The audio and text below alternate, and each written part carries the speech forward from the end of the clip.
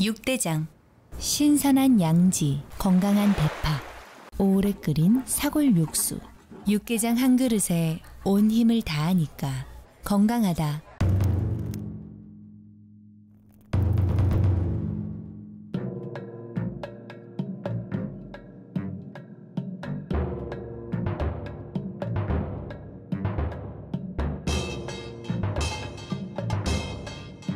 육개장은 육대장. 사랑이 샘솟고 웃음꽃 가득한 5월을 라디오 서울이 함께합니다.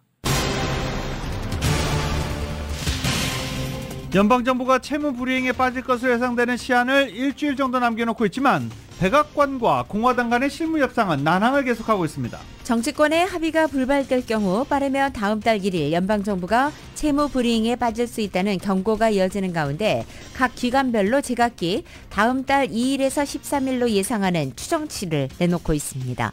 연방정부의 채무 불이행 예상일이 다가오고 있지만 글로벌 신용평가사들은 미국의 신용 등급을 그대로 유지하고 있습니다. 협상 타결을 예상하고 있습니다. 벤 버냉키 전 연준 의장이 코로나 팬데믹의 공급망 충격으로 인플레이션이 올라갔고 경기 부양책과 저금리 정책에 따른 경기 과열로 인해 인플레이션이 유발됐다고 분석하면서 미국의 노동시장을 진정시킬 필요가 있다고 조언했습니다. 6월 중순 아주사 지역에서 다운타운을 거쳐 해변까지 이어지는 전철이 개통됩니다. 통근자들은 20분 이상 시간을 절약할 수 있을 것으로 기대했습니다. 미주 한인 대다수가 한국어 방송 같은 모국어로 된 언론에 대해 강한 신뢰감을 갖고 있는 것으로 조사됐습니다. 국립기상청이 올해 캘리포니아 여름이 매우 더울 것이라고 예보했습니다. 특히 6월, 7월, 8월 평년보다 높은 기온을 보일 것이라고 전망했습니다. 이렇게 올여름에 폭염이 지속되고 전기까지 끊긴다면 온열 질환 환자가 급증할 것이라는 연구 결과도 나왔습니다. 메모리얼 연휴 남가주에서만 330만 명 이상이 여행을 떠날 것으로 전망됐습니다. 이 가운데 280만 명 이상이 자동차를 이용해 여행할 것으로 예상됐습니다. 넷플릭스가 미국 시장에서 구독자들의 계정 공유를 금지합니다. 넷플릭스 계정은 한 가구 내에서만 이용되고 공유를 원한다면 추가 금액을 지불해야 합니다. 플로리다주가 중국 국적자의 부동산 구매를 제한하는 법을 제정했다가 플로리다에 거주하는 중국 이민자들에게 고소당했습니다. 워싱턴 DC 백악관 인근 보안장벽에 트럭을 충돌시킨 19살 운전자가 체포된 가운데 바이든 대통령을 해치겠다고 위협한 혐의가 적용됐습니다. 한국형 발사체 누리호가 3차 발사를 3시간여 앞두고 발사를 취소했습니다. 누리호 발사체 밸브를 작동하는 컴퓨터 통신 이상이 발견됐기 때문입니다. 일본 후쿠시마 오염수 시찰단이 이틀간의 현장 점검을 마무리했습니다. 원전 내 오염수 분석 과정과 방출, 희석 장비 상태를 집중 살폈고 이제 일본 측과 기술 회의를 남겨놓고 있습니다. NBA 플레이오프 동부조 결승 4차전에서 3연패로 탈락 위기에 몰려있던 보스턴이 116대 99로 승리하고 귀중한 1승을 거뒀습니다. LA 다저스가 아틀란타 원정 경기에서 8대1로 승리했습니다. LA 에인절스는 보스턴과의 홈 경기에서 4대0 완봉승했습니다. 오늘 뉴욕 증시는 하락 출발하고 있습니다. 원달러 환율은 1317.4원으로 마감했습니다. 남가주 오늘도 대체로 흐리고 LA 한인타운 낮 최고 기온 68도 예상됩니다. 이 시간 주요 뉴스는 하늘 위 호텔, 세계 최대 항공기 아시아나항공 A380에서 차별화된 서비스를 만나보세요. 고국까지 편안하고 안전하게 모시는 아시아나항공 제공입니다. 여러분 안녕하십니까? 김윤정입니다. 안녕하십니까? 유지승입니다. 2023년 5월 24일 수요일 라디오 서울 모닝 뉴스 2부입니다. 오늘 텍사스 유벨디 초등학교 총기 참사가 벌어진 지 꼭 1년이 되는 날입니다. 당시의 충격 잊을 수가 없죠. 지난해 오늘 유벨디 한 초등학교에서 총기 난사 사건으로 학생 19명, 교사 2명이 사망했습니다. 그리고 또 뉴욕주 버팔로 총기 난사 사건과 맞물리면서 미국 내에서 총기 규제를 요구하는 목소리가 분출됐고 연방의회에서 총기를 규제하는 법안, 총기 규제를 강화하는 법안 30년 만에 통과되기도 했습니다. 그런데 이렇게 유벨디 초등학교에서 총기 난사 사건이 벌어진 이후 1년, 총기 규제를 오히려 완화한 주가 더 많은 것으로 나타났습니다. 지난해 5월 24일 유벨디 총기 참사 이후 각 주의회에서 현재까지 모두 1,700건 이상의 총기 관련 법안이 발의됐고 이 가운데 93건이 각 주의회를 통과했습니다. 전체 56%는 총기에 대한 접근을 확대하거나 주 내에 총기 제조 허용, 제조사를 법적 책임에서 보호 이런 총기 산업에 혜택을 주는 내용을 담고 있는 법안들입니다. 주별로는 아칸소주가 모두 7개 총기 규제를 완화하는 법안을 처리해 가장 많이 처리한 주가 됐습니다.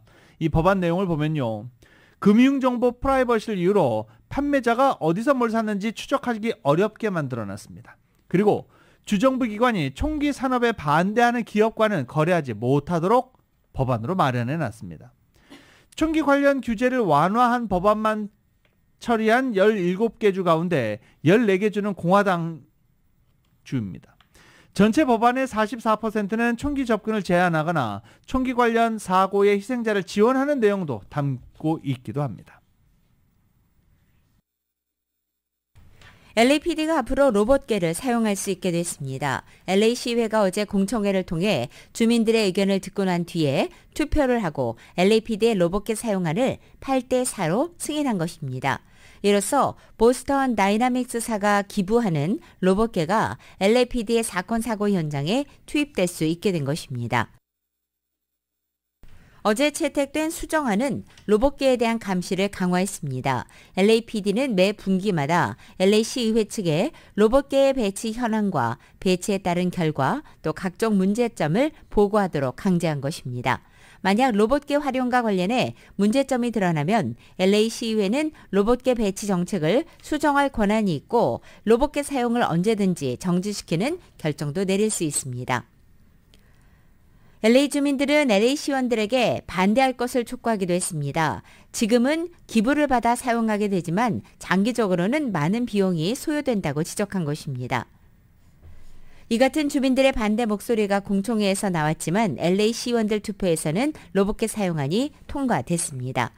한편 한인 잔니 LA 12지구 시의원은 로봇개 도입에 대해서 찬성했습니다. 경찰들의 생명이 위협받을 수 있는 작전을 이 기기가 대신할 수 있다며 자신이 로봇개를 지지하는 이유를 사람의 목숨을 살릴 수 있기 때문이라고 설명하기도 했습니다. 어제 로봇개 사용안이 LA 시의회를 통과해서 확정된 이후에 LAPD는 앞으로 수개월 안에 로봇개를 현장에 직접 배치, 활용한다는 방침입니다. 제로베일, 이 무보석 정책이 다시 시행됩니다. 보석금을 지불할 수 없었던 주민들이 집단소송을 제기해 보석제를 금지하는 가처분 결정이 내려진 것입니다. LA시와 카운티에서 팬데믹 기간 교도소 과부하를 막기 위해 시행됐다가 지난 여름에 종료됐던 무보석 정책이 다시 시행되는 것입니다. 이 무보석 정책은 절도범, 좀도둑, 약물 사용, 기물 파손, 폭행, 폭력 이런 사람들은 체포됐다가 보석금 없이도 그냥 풀려나는 것입니다. 그러면 비즈니스에 그랩앤그랩이라고 유리창을 깨고 들어가 물건 훔쳐 달아나는 용의자들 체포됐지만 무보석으로 모두 풀려나는 겁니다. 절도범들이 더 기세가 등등해지겠죠. 제로베일 정책이 시행됐던 지난 2021년 LA 일대에서 떼강도를 벌이다가 체포된 14명 모두 석방되기도 했습니다. 샌디에고 카운티의 서머 스테판 검사장은 무보석으로 풀려난 용의자 전체의 65% 이상이 다시 체포됐고 그 체포된 사람들 가운데 65% 이상은 중범죄로 구속됐다라고 말하면서 무보석 정책에 대해서 우려를 나타냈습니다. 캘리포니아주에서 공원이 가장 발달한 도시는 얼바인으로 조사됐습니다.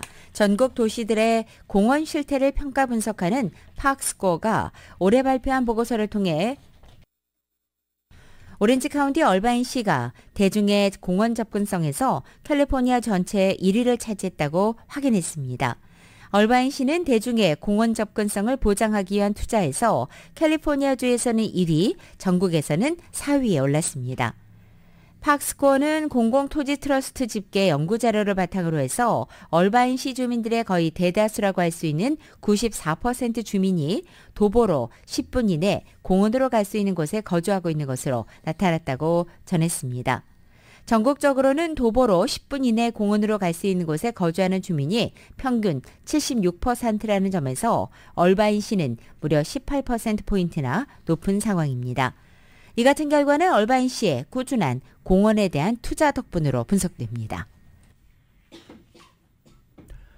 다음 소식입니다. 부채 한도를 상향하지 않을 경우 연방정부가 채무 불이행에 빠질 것으로 예상되는 시한 이제 일주일 8일 남았습니다. 백악관과 공화당 간의 실무 협상은 여전히 난항을 계속하고 있습니다. 스티브 리체티 선임 고문, 샬란다 영 예산관리국장, 루이자 테럴 입법 담당 국장 등 백악관 실무협상팀 3명이 어제 연방의회 의사당을 방문해 공화당 측과 부채 한도 상향 문제와 맞물려 있는 정부 지출 감축 문제에 대한 논의를 계속했습니다. 그런데 2시간 후 협상장을 떠난 것으로 전해졌습니다. 이와 관련해서 양측은 연방정부 지출에 대한 1% 증액 상한을 놓고 논의를 하고 있는 것으로 전해졌습니다. 양측 간의 협상이 난항을 계속하는 가운데 공화당 일각에서는 제닛 옐런 재무부 장관이 반복적으로 밝히는 부채 한도 협상 시한 6월 1일에 대해서 정확한 근거를 대라 라면서 이견을 나타내고 있기도 합니다. 미국 정치권의 합의가 불발될 경우 빠르면 다음 달 1일 연방정부의 디폴트에 빠질 수 있다고 재무부가 발표한 가운데 각 기관별로 제각기 이 날짜에 대해서 다음 달 2일에서 13일까지로 예상하는 추정치를 내놓고 있습니다. 뉴욕타임즈에 따르면 싱크탱크 초당 적정센터는 미국 연방정부의 디폴트 예상일, 즉 X데이트에 대해서 현 상황이 이어질 경우 다음 달인 6월 2일부터 13일 사이에 위험이 고조될 것으로 전망했습니다. 이 초당 적정정책센터 BPC는 메모리얼 데이, 즉 29일 이후에 연방재무부의 현금 준비금이 위험할 정도로 낮은 수준이 될 것으로 보고 이후에 다음 달 하루하루가 갈수록 그 위험이 커질 것으로 전망했습니다. 앞서 제넷 옐런 재무부 장관이 빠르면 다음 달 1일인 6월 1일 디폴트에 빠질 수 있다고 여러 차례 밝힌 가운데 다른 경제기관들 역시 X데이트에 대한 전망을 발표하고 있는 실정입니다. 블룸버그 통신에 따르면 투자은행 골드만삭스는 세수에 따라서 유동적이지만 다음 달 6월 7일부터 9일 정도의 디폴트 가능성이 있고 다음 달 1일부터 며칠 또는 몇 주 뒤가 될 수 있다고도 전망했습니다. JP모건은 다음 달 7일까지 재무부의 가용자원이 바닥날 것으로 평가하고 모건 스탠리는 다음 달 8일, 도이체방크는 다음 달 5일이 포함된 주를 의회 예상국은 6월 첫 번째 내지 두 번째 주를 가능성이 높은 시기로 보고 있습니다. 부채 한도 협상 난항으로 채무 불이행이 다가오고 있지만 글로벌 신용평가사들은 미국의 신용 등급을 그대로 유지하고 있습니다. 결론적으로 현재까지 글로벌 3대 신용평가사는 연방정부의 현금이 바닥나는 X데이트 이전에 부채 한도가 상향될 가능성이 높은 것으로 보고 있기 때문으로 해석되고 있습니다. 하지만 반복되는 정치적인 대치 상황으로 인해서 세계 금융시장에서 리스크가 없는 국가 표준으로서의 미국의 지위를 뒷받침하고 있는 안정성, 예측 가능성, 이것은 훼손되고 있다는 지적도 나오고 있습니다. 라디오 솔모닝 뉴스 2부 미국 소식은 정말 핫하고 촉촉하고 맛있는 사상 최고의 맥도날드 버거가 있습니다. 그 누구보다 먼저 먹고 싶은 맥도날드 제공입니다.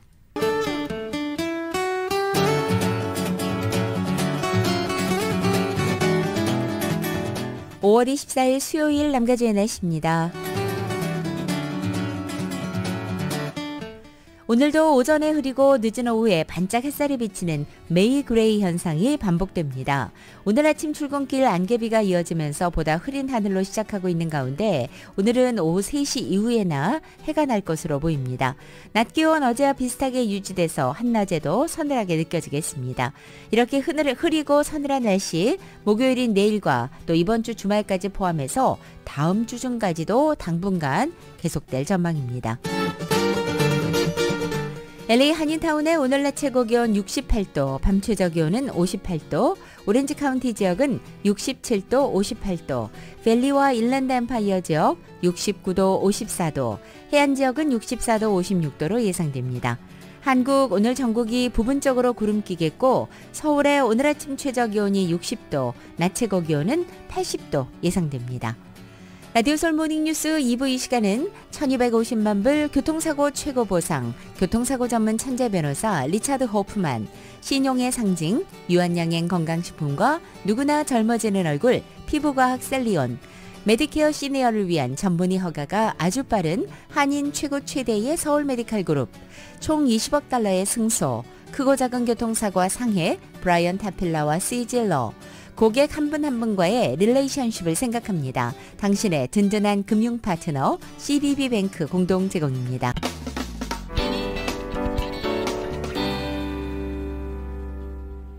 라디오 서울 모닝뉴스 함께하고 계십니다. LA 메트로 지하철역에서 여성 이용객 한 명이 공격을 당하면서 지하철역 내 치안 부재에 대한 우려의 목소리 상당히 큽니다. 또 어제는 버스에서 한 여성이 납치되기도 했었죠. 올 들어 지하철 내 범죄율이 1년 전보다 34%가 늘어나면서 지하철 이용객, 특히 여성 이용객들이 크게 줄어들었습니다. 정현호 기자가 보도합니다. 지난주 수요일 LA 다운타운에서 롱비치까지 이어지는 메트로 A라인에 탑승한 여성이 공격을 당해 신체적인 상해를 입었습니다. 코로나 팬데믹 이전부터도 이미 LA 메트로 안에서 범죄율이 상승 추세인데 최근 들어서 범죄율이 급증하는 추세입니다. 지난달에 공개된 메트로 당국의 보고서를 보면 메트로 레드와 퍼플라인에서는 올 들어 범죄 건수가 지난해 같은 기간과 비교해 34%가 늘었습니다.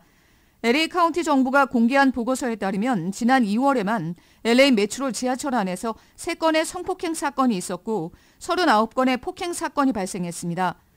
지하철 안팎에서 범죄율이 높아지면서 메트로 지하철을 이용하는 사람들, 특히 여성 이용자들의 수가 급감한 것으로 드러났는데 응답자들은 지하철을 기피하는 이유로 신변 안전 문제를 가장 많이 꼽았고 뒤를 이어서 지하철 안이 청결하지 못해서 또는 홈리스가 너무 많아서라고 답했습니다.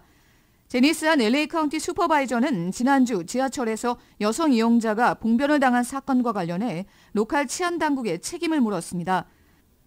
메트로 교통국은 지난 1990년대 이래 자체 경관들을 갖추지 않고 있는 상황입니다. 대신 LAPD와 롱비치 PD, LA 카운티 셰리프국에 용역을 줘서 이들 경관들이 지하철 역내 치안을 담당하고 있습니다.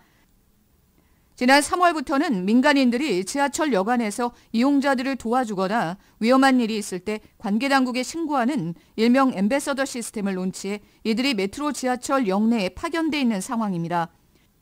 문제는 지하철역의 치안을 담당하는 LAPD나 카운티 셰리프국 요원들이 보통 지하철 안에 주둔하지 않기 때문에 피해자들이 지하철 안에서 노숙자나 마약 중독자들의 공격을 당해도 치안 당국으로부터 보호를 받기 어렵다는 점입니다. 경관들이 주로 지하철역 앞에 경찰차를 주차해놓고 차 안에서 순찰 업무를 보기 때문입니다. 메트로는 경찰국의 메트로 치안을 의지하는 것이 여의치 않은 상황에서 자체적으로 메트로가 경관을 채용해서 이들에게 치안을 맡기는 방법을 모색하기로 결정한 바 있습니다. 라디오 서울 뉴스 정현호입니다. LA 다운타운 중심부를 가로질러서 푸트힐 지역부터 산타모니카 해변까지 연결되는 새로운 메트로 전철 라인이 개통됩니다. 로컬 소식 김지훈 기자가 전해드립니다. LA 다운타운 중심부를 가로질러 푸틸 지역부터 산타모니카 해변까지 연결되는 새로운 메트로 전철 라인이 다가오는 파더스데이 주말인 6월 16일에 개통됩니다.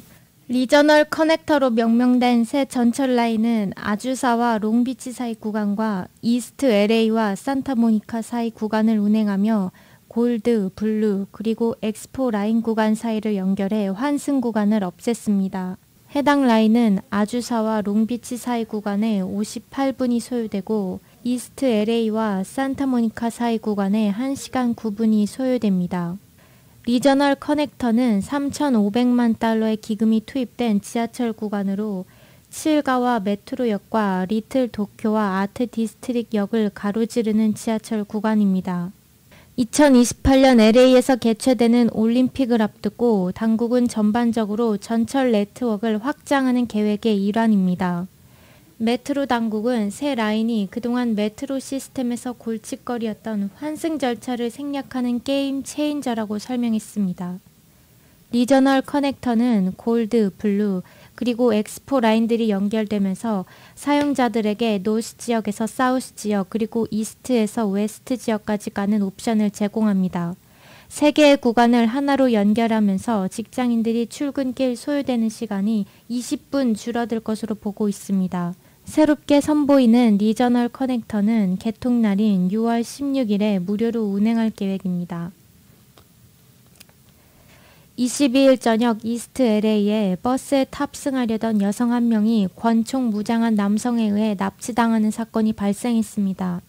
22일 저녁 8시 38분경 3800블락 이스트 3가에서 총으로 무장한 한 남성이 몬테벨로 트랜짓 버스 창문을 깨부수고 침입해 버스 기사에게 총을 겨누고 위협한 후 버스에 타려던 20대 여성 한 명을 납치했습니다.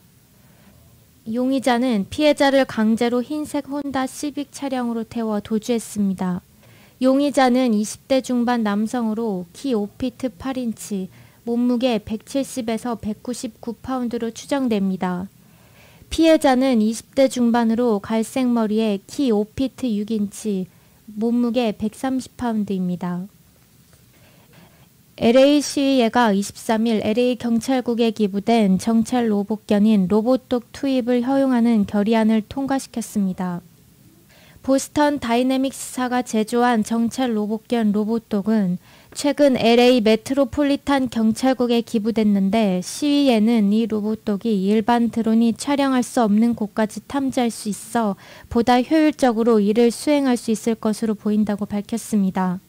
장기적인 도입과 유지 비용, 그리고 로봇독이 보통 주로 소수의 저소득층이 거주하는 지역에 투입되어 오면서 로봇독으로 유색 인종들을 제압하는 데 사용된다는 시각 때문으로 로봇독을 경찰국에 도입하는 데 대한 반대 여론도 많았지만 시의회는 로봇독을 투입하기로 결정했습니다.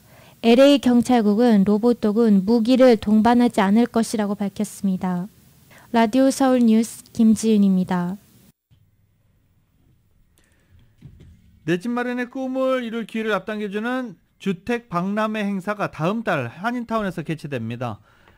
비영리 커뮤니티 주택봉사단체 샬롬센터가 오는 6월 17일 토요일입니다. 달력에 체크해 놓으시면 되겠네요.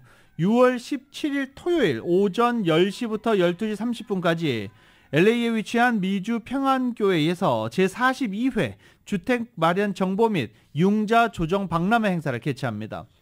내 집 마련에 대한 관심이 높은 상황에서 내 집 마련의 꿈을 앞당길 수 있는 모든 정보가 한자리에서 소개되는 이번 박람회, 관심 있으신 분들은 가보시기 바랍니다. 이 샬롬센터의 이지락 소장은 첫 주택 구입자에게는 14만 달러까지 지원해주는 등 주택 구입자를 위한 다양한 정부 보조 프로그램과 함께 건물주들을 위한 3만 달러 그랜트, 세입자들을 위한 유틸리티 보조금 등에 대해서도 직접 설명을 듣고 알아볼 수 있는 시간이다라고 말했습니다. 적은 다운페이 금액으로 집을 구매할 수 있는 방법, 주택 대출, 무료 융자 조정, 정부 첫 주택 구입자 다운페이 지원 프로그램, 클로징 비용 지원 등 유용한 정보들이 모두 제공된다고 합니다. 6월 17일 토요일 오전 10시에 미주 평안교에서 한다고 합니다. 이번 주택 박람회에 참석하기 위해서는 예약이 필요합니다. 예약은 213-380-3700, 213-380-3700 샬롬센터로 하시면 됩니다. 이번 주말과 다음 주 월요일까지 메모리얼데이 연휴를 앞두고 한인 비즈니스들도 메모리얼데이 특수 준비에 분주한 모습을 보이고 있습니다. 이은 기자가 전해드립니다. 메모리얼데이 연휴가 이번 주말로 다가온 가운데 타운 내 한인 비즈니스 업체들도 메모리얼데이 연휴 기간 동안 한인 쇼핑객들을 유치하기 위한 다양한 할인 행사들을 실시하고 있습니다. 업계는 올 메모리얼데이 연휴 기간 동안 많은 한인들이 쇼핑에 나설 것으로 기대된다며 매장에서 진행하는 각종 행사들에 대한 관련 문의가 쇄도하고 있다고 입을 모았습니다. 메모리얼데이 연휴가 가정의 달인 5월에도 있어 메모리얼데이 연휴 세일 기간 동안 부모님들을 위한 선물 장만에 나서는 한인들도 많습니다. 이번 메모리얼데이 연휴 시즌 가장 인기 있는 상품들은 의류로 중장년층 고객들은 물론 고교 프롬과 졸업 시즌을 맞이하는 자녀들 졸업 선물을 준비 위한 쇼핑객들도 연휴 기간 동안 많이 몰릴 것으로 기대됩니다. 이태리 양복점입니다. 모든 양복 하나 사시면 하나가 한 벌이 더 나가요. 그리고 이제 우리 쟤네가 와이셔츠는 두 장 사면 한 벌이 더 나가고 대부분이 이제 어머님? 참 어머님보다 아버님들이 많이 오시고 효자 프로그램에 사실은 이게 효도 프로그램 거의가 그런 분들이에요. 10월제는 그랜드 오프닝 전 기간 동안 행사를 진행해 가정의 달을 맞이한 한인들이 부모님들을 위한 기능성 신발을 마련한다고 밝혔습니다. 프리세일 기간이라고 볼 수 있거든요. 그 기간 동안에 저희가 모든 고객에게 전 품목 10% 디스카운트를 지금 실시하고 있습니다. 그래서 그게 지금 메모리얼 데이까지 이어질 수밖에 없는 상황이어서 모든 성인들이 신을 수 있는 신발을 다 생산하고 있다 이렇게 말씀드릴 수 있죠. 건강식품, 전자제품들도 연휴 동안 쇼핑객들이 많이 찾는 인기 품목입니다. 김수정기는 올해 가장 인기 있는 상품은 청소기라고 전했습니다. 저희는 5월달 들어서 가정의 달 맞이 상품권 증정하는 것부터 시작해서 부모님 효도 선물 50% 오프하는 거, 가전제품 등등 여러 가지를 좀 세일을 하고 있습니다. 그다음에 이제 부모님께 이제 효도 선물로 이벤트로 50% 오프하는 거는 마사지기라든가 청소기. 성민산삼입니다. 산상 금옥단이요. 선착순 10분한테는 600불씩 드려요. 노인 벽사단이 있는데 10개면은 1200불인데 10사람한테 600불씩 드리고요. 노인 벽사단하고 산상 금옥단을 2개를 구입하시면은 노인 화중한 공짜로 선물로 드립니다. 올 메모리얼데이 연휴에는 코로나 팬데믹 이후 최고의 여행 인파를 기록할 것으로 추정되는데 업계는 주민들의 쇼핑 여기도 여행 수요처럼 활기찰 것으로 기대하고 있습니다. 라디오 서울 뉴스 이은희입니다. 한인 스몰 비즈니스 오너들도 도움을 받을 수 있는 팬데믹 지원금 신청 마감이 오늘입니다.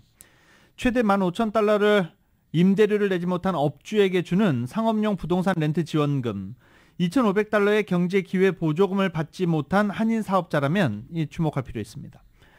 시당국이 제공하는 스몰 비즈니스 지원 임대료 신청이 오늘 마감되는데 해당 사업은 코로나 사태로 극심했을 당시 연방정부가 추진한 미국 구조계획법에 따른 것으로 스몰 비즈니스 운영자들을 대상으로 최대 15,000달러를 지원하는 것입니다. 임대료 지원을 받으려면 LA에 사업자 등록이 돼 있어야 하고 연간 수입은 500만 달러 미만이어야 합니다. 제이미 프란시스코 LA 경제노동부 대변인은 보조금은 선착순으로 지급되기 때문에 늦게 신청해도 무방하다라고 설명하기도 했습니다. 최종 보조금 수혜자는 7월 초에 통보될 예정입니다. 캘리포니아 주정부가 올 1분기 마리화나 세금으로 2억 달러 이상을 벌어들였습니다. 캘리포니아주 조세 수수료 관리국에 따르면 올 1분기 마리화나와 관련된 세수가 2억 1,100만 달러를 기록한 것입니다. 이 가운데 1억 1,100만 달러는 판매세 수입이었고 소비세로 걷어들인 세금은 1억 400만 달러였습니다. 1분기 세수는 지난해 4분기보다는 약 3천만 달러가 줄어든 액수입니다. 한편 지난 2018년 1월 이후 캘리포니아 주정부가 마리화나 판매로 거둬들인 세수는 약 50억 달러에 달하고 있습니다. 베트남전에 참전했다가 이후 시민권을 얻은 한인 재향 군인들에게 미국인 참전 용사와 마찬가지로 연방정부 보훈 혜택을 제공하도록 하는 법안이 연방하원을 통과했습니다. 한국계 미국인 베트남 전후구제법이란 이름의 이 법안은 연방하원 재향군인위원회 위원장을 맡고 있는 마크 타카노 의원이 지난 1월에 발의했고 지미 고메즈, 영킴 의원 등 양당 의원 15명이 공동 발의자로 이름을 올렸습니다. 이 법안은 지난 22일 하원을 통과해 연방 상원에 올라가 있습니다. 미국에 거주하는 한인들 대다수는 한국어 신문 등 모국어로 된 언론에 강한 신뢰감을 갖고 있는 것으로 나타났습니다. 한인 3명 중 2명꼴로 한인 언론에 대한 신뢰감을 드러냈고 또 62.5%는 한국어로 발행되는 일간지 같은 인쇄 매체를 선호하는 것으로도 조사됐습니다. 이 같은 결과는 미디어 관련 정보 분석 전문 업체인 닐슨이 아시안 아메리칸 광고 연맹과 공동으로 미 전역의 한인을 비롯해 중국계, 베트남계, 그리고 영어가 능숙한 아시안까지 모두 500명을 대상으로 실시한 아시아계 미디어 소비와 선호도 조사에 따른 결과입니다. 특히 한인 언론에 대한 한인 응답자들의 신뢰도 66.3%는 중국계 62%나 베트남계 56.4%보다 높았습니다. 닐슨은 또한 아시아계 시장에 진출하려는 브랜드나 기업들은 자신들의 광고 플레이북에 한인 언론 같은 아시아계 미디어를 반드시 포함시켜야 한다고 조언했습니다. 우리 애가 스마트폰을 너무 많이 봐요. 컴퓨터를 너무 많이 봐요. 이렇게 불안해하시는 부모님들 많으시죠. 아이가 하루에도 몇 시간씩 카카오톡, 인스타그램만 하고 있는데 저래 놔둬도 되나? 이런 고민하시는 부모님들 상당히 많으실 겁니다. 뉴욕타임즈가 자녀의 소셜미디어 사용이 걱정될 때 주의 깊게 살펴봐야 할 지점 4가지를 소개했습니다. 한번 참고해 보십시오. 자녀가 매일 다양하고 의미 있는 활동에 참여하고 있는지 체크해 보라는 것입니다. 자녀가 소셜미디어 속 이 컴퓨터 가상공간이 아닌 현실 속에서 일상생활에서 즐거움을 느끼는 일이 있는지 이를 먼저 확인해 보라는 것입니다. 하루에 몇 시간씩 소셜미디어 등 카카오톡 등을 사용하는지 하루 적정 사용량에 대한 절대적인 기준은 없지만 그래도 몇 시간씩 사용하는지 살펴봐라 라는 조언을 합니다. 자녀가 소셜미디어를 1시간 사용할 때마다 최대 5시간은 다른 사람과 대면 활동을 할 수 있도록 하는 등 시간 비율을 제한해 주는 것을 추천했습니다. 야 이제 그만해! 이런 잔소리 대신 스스로 멈추는 법을 알려주는 게 좋다라고 조언합니다. 스마트폰 사용을 못하게 하면 자녀가 싫어하거나 떼를 쓰게 되기 때문에 자제심을 기르는 부모 역할 그리고 딱 멈추는 자녀의 역할 굉장히 중요하다. 이 교육을 실시해라 라고 합니다. 처음엔 물론 힘들겠죠. 네. 또 전문가들은 수면과 공부에 이 소셜미디어와 카카오톡 등이 방해가 되는지 살펴봐라 라고 조언합니다. 아동과 청소년이 소셜미디어에 몰두하느라 밤늦게까지 잠을 자지 않는지 부모가 주의 깊게 살펴봐야 한다고 입을 모읍니다. 수면 부족은 건강을 직접 해칠 뿐 아니라 학업이나 일상생활에도 지장을 주기 때문입니다. 워싱턴 대학교의 정신의학과 제시 골드 박사는 소셜미디어는 수면이나 감정에 영향을 미치고 집중력과 자존감에 영향을 미칠 수 있다며 부모가 편견 없이 열린 마음으로 자녀와 대화하는 게 가장 좋은 출발점이 될 수 있다라고 조언했습니다. 소셜미디어는 사라지지 않을 것이라며 따라서 소셜미디어가 정신건강에 나쁘니까 그만해 라고 말하는 것은 해답이 될 수 없다. 현명하게 부모가 대처해야 한다라고 조언했습니다. 일리노이주에서 거의 70년간 2,000명에 육박하는 아동이 가톨릭 성직자와 수도자들로부터 성학대를 당했다는 일리노이 주정부의 보고서가 나왔습니다. 콰메 라울 일리노이주 법무장관 겸 검찰총장은 어제 이 같은 내용이 담겨있는 696페이지의 보고서를 발표했습니다. 이 보고서에는 시카고 대교구를 포함한 일리노이주 6개 교구에서 지난 1950년부터 2019년까지 가톨릭 사제와 수사 등 451명이 모두 1997명의 아동을 대상으로 성학대를 저지른 것으로 명시됐습니다. 주정부 차원의 조사가 시작됐던 지난 2018년도 가톨릭교회 측이 자체로 집계한 가해자 숫자 103명에서 거의 4배 이상 불어난 결과입니다. 일리노이주 법무장관실이 10만 페이지 이상의 교회 기록을 샅샅이 검토하고 피해자 600여 명과 접촉해서 추가 피해자들을 적발할 수 있었습니다. 이 보고서에 기재된 성학대 행위들은 공소시효가 지난 데다가 가해자들이 다수 사망해서 형사 기소는 물론이고 민사소송도 불가능할 전망입니다. 시효가 지난 아동 성범죄에 대한 한시적인 소송을 허용한 캘리포니아와 뉴욕주와는 달리 일리노이주는 이 같은 제도를 시행하지 않았기 때문입니다. 한편 일리노이주의 이번 조사는 지난 2018년도 펜실베니아주의 가톨릭 성학대 실태 보고서 발간을 계기로 해서 라울 장관의 전임자인 리사 메디건 전 장관이 착수했습니다. 라디오솔 모닝뉴스 함께하고 계십니다.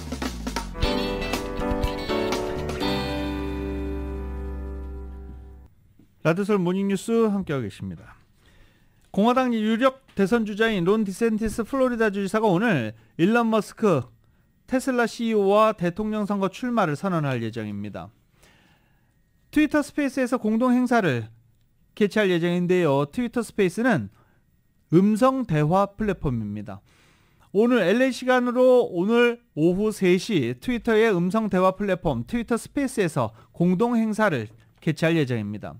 디센티스 주지사는 이 자리에서 공화당 대선 후보 결정을 위해 당내 경선 출마를 공식적으로 밝힌다는 계획입니다. 그리고 오늘 행사에 맞춰서 캠페인 공식 영상도 공개하고 후보 등록도 할 방침입니다. 그리고 오늘부터 사흘간 마이애미 폴시즌스 호텔에서 고액 기부자들과 모금 행사도 할 예정입니다. 그리고 메모리얼데이 연휴가 지나고 난 뒤에는 핵심 공약주들을 돌면서 본격적인 경선 행보에 나설 예정입니다.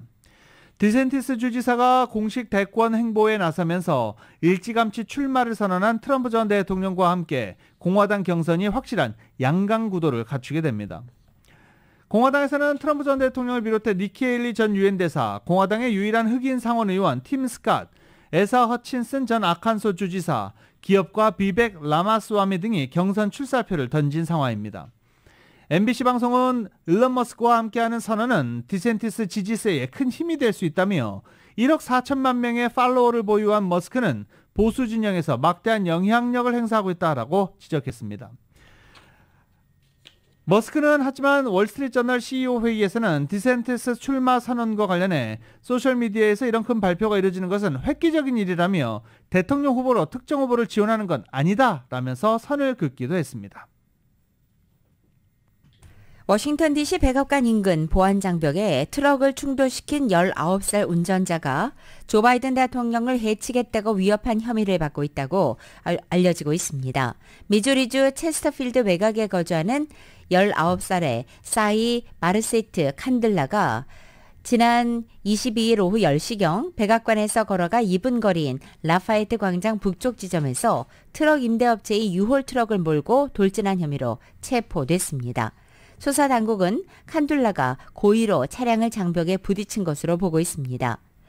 국립공원경찰대는 용의자 혐의에 대해서 위험한 무기를 사용한 공격, 차량 난폭 운전, 대통령이나 부통령, 가족 살해, 납치 위해 위협, 연방 재산 손괴, 무단 침입이라고 설명했습니다.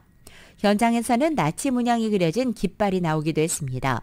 소장에 따르면 피의자는 트럭을 장벽에 들이받은 직후 가방에서 이 깃발을 꺼냈고 사건 발생 직후 이 모습을 보고 달려온 국립공원 경찰대 경찰관에게 체포됐습니다. AP통신은 소장을 인용해 칸둘라가 6개월에 걸쳐 범행을 계획했다고도 전했습니다.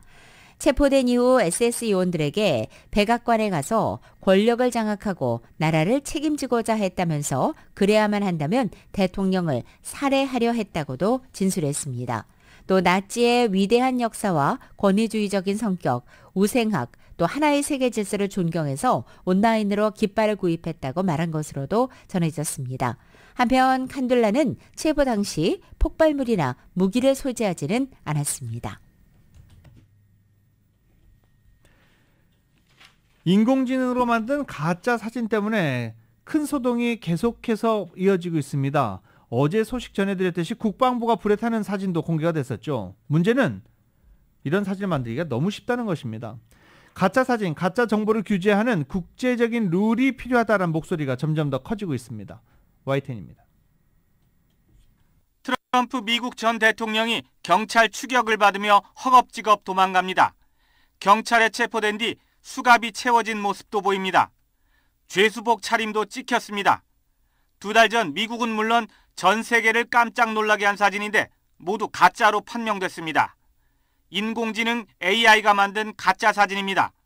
그런데 이번엔 미 국방성 펜타곤이 표적이 됐습니다.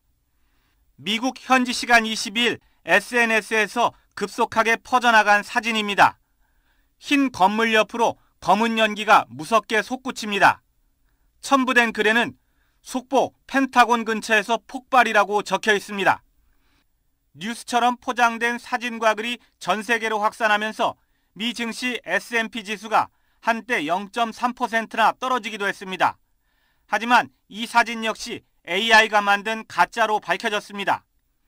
가로등 아랫부분을 확대해보면 위아래가 어긋나 있어 자연스러운 사진으로 보기 어렵습니다. 가짜 사진 한 장이 순식간에 지구촌을 뒤흔들었지만 이런 사진을 만드는 일은 그다지 어렵지 않은 게 현실입니다. 이제 그런 만들어주는 이미 사이트나 서비스들이 이미 있어서요. 네. 일반적인 사람도 그냥 그 사이트 들어가서 뭐 어떤 거를 뭐 이미지를 만들어 달라고 하면 이제 걔들이 쫙 만들어 주거든요. 그래서 뭐 사실은 뭐 클릭 몇 번에 뭐 그냥 키워드 정도 적으면 네, 뭐 쉽게 이미지들을 생성은 할 수 있습니다. 전문가들은 AI를 악질적으로 사용하는 데 대한 우려가 점점 높아지는 만큼 그로 인한 문제가 실제로 일어나기 전에 이에 대비한 국제적인 규범을 만드는 게 시급하다고 조언하고 있습니다. YTN 황보현입니다. 미국과 유럽연합 EU가 다음 주 중국 등에 대한 민감한 기술 투자 문제에 대처하기 위해서 긴밀하게 협력하는 방안을 논의합니다. 미국과 유럽연합은 30일부터 31일까지 스웨덴 롤레오에서 열리는 제4차 무역기술협의회 TTC 회의에서 중국의 강력한 부상과 또 러시아의 우크라이나 침공에 대응하기 위한 협력 방안을 논의할 예정입니다. 양측은 이 회의에 앞서서 마련된 성명 초안에서 우리 기업들의 자본과 전문성, 지식이 국가 안보를 위협하는 방식으로 전략적인 경쟁국의 기술 진보를 지원하는 것을 방지하기 위해 해외 투자 심사 방식을 조율할 예정이라고 밝혔습니다. 회원 국가들의 승인을 받아 다음 주 회의에서 채택될 이 초안에 따르면 양측은 특히 반도체 같은 분야에서 중국 등의 비시장적인 정책과 관행, 그리고 이들의 왜곡적인 효과를 다루기 위한 협력적인 조치를 모색하기로 했습니다. 중국 외교부가 중국의 미국 반도체 기업 마이크론 제재에 맞서서 보복성 제재를 요구하는 목소리가 제기된 데 대해서 결연히 반대한다며 대응 조치를 또다시 경고했습니다. 마오닝 중국 외교부 대변인은 정례 브리핑에서 중국 반도체 업체인 창신 메모리 테크놀로지에 대해서 무역 규제를 해야 한다는 의회 목소리에 대해서 미국 측이 국가 안보 개념을 확장하고 국가 역량을 남용해 중국 기업을 부당하게 억압하는 것을 반대한다라고 밝혔습니다. 한류 콘텐츠의 중국 진출이 다시 꿈틀대고 있다는 소식 나오고 있는 가운데 이 소식이 쉽지만은 않은 것 같습니다. 중국까지 갔던 한류 스타의 방송 출연이 갑자기 무산되는가 하면 한국 가수 공연을 관람한 중국 연예인들이 비난을 받는 일까지 생겼습니다. KBS의 보도입니다. 마카오에서 열린 블랙핑크 콘서트에서 노래를 따라 부르는 한 사람, 중화권 대표 스타 안젤라 베이비입니다. 이 소식이 전해지자 순식간에 SNS 검색어 순위에 올랐고 타이완 매체들까지 관심을 보였습니다. 걸그룹 우주소녀의 중국인 전 멤버 성소와 구준엽 씨의 처제 서희재 등 블랙핑크 콘서트를 관람한 중화권 연예인 50여 명의 명단도 돌고 있습니다. 중국 SNS에서는 외국 가수 콘서트를 보는 게 왜 불법이냐는 의견도 있지만 왜 한국인의 콘서트를 허가했냐, 사드를 잊지 마라와 같은 악성 댓글도 잇따랐습니다.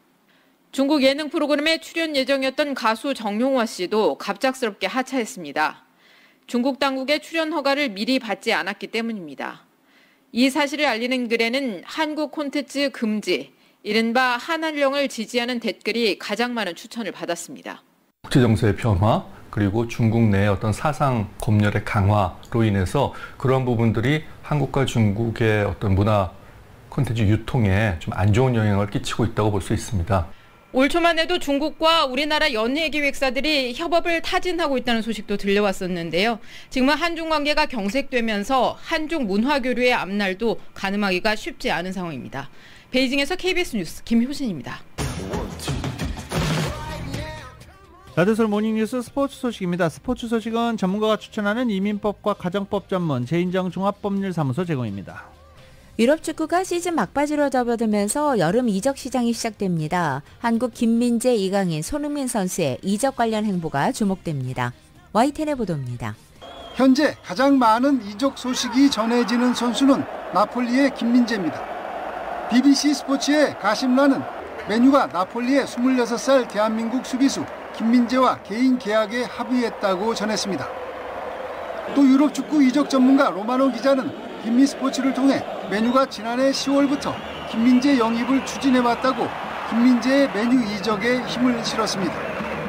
맨유는 남은 2경기에서 한 경기만 비겨도 챔피언스리그 진출을 확정합니다. 프리미어리그 아스톤빌라와 연결됐던 이강인은 이탈리아 진출도 가능하다는 보도가 나왔습니다. 스페인 매체 피차에스는 AC 밀란이 팀을 떠날 브라임 디아스의 대체자로 이강인 영입을 검토하고 있다고 전했습니다.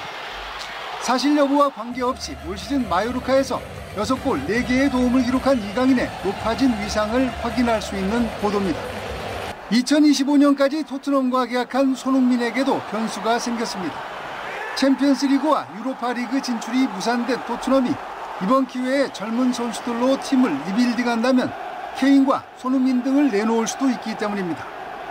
주급 3억 원 이상을 받는 것으로 전해진 손흥민을 데려갈 수 있는 구단이 있느냐 하는 것이 관건인데 손흥민 카드가 매력적인 곳도 있습니다. 중동의 오일 머니로 무장한 뉴캐슬 같은 경우 21년 만에 진출한 챔피언스리그에서 성적을 내려면 왼쪽 측면 강화가 필수적이기 때문입니다. 손흥민 선수의 연령을 고려할 때 발전적인 이적의 기회가 그렇게 많이 남아있지 않습니다. 그래서 토트넘이 성적도 많이 떨어진 바로 이러한 시점에 제대로 된 이적을 커리어 후반을 빛내기 위해서 한번 감행했으면 하는 바람이 있습니다. 2023년 5월 24일 수요일에 전해드린 라디오 서울 모닝뉴스 여기서 마치겠습니다. 지금까지 진행의 유지승, 김윤정이었습니다. 라디오 서울 모닝뉴스 2부 이 시간은 1250만 불, 교통사고 최고 보상, 교통사고 전문 천재 변호사 리차드 호프만, 신용의 상징, 유한양행 건강식품과 누구나 젊어지는 얼굴, 피부과학 셀리온, 메디케어 시니어를 위한 전문의 허가가 아주 빠른 한인 최고 최대의 서울 메디칼 그룹, 총 20억 달러의 승소, 크고 작은 교통사고와 상해, 브라이언 타필라와 시질러, 고객 한 분 한 분과의 릴레이션십을 생각합니다. 당신의 든든한 금융 파트너 CBB뱅크 공동 제공이었습니다. 잠시 후 9시에는 강혜신의 오늘의 미국이 방송됩니다. 함께해 주신 여러분 고맙습니다.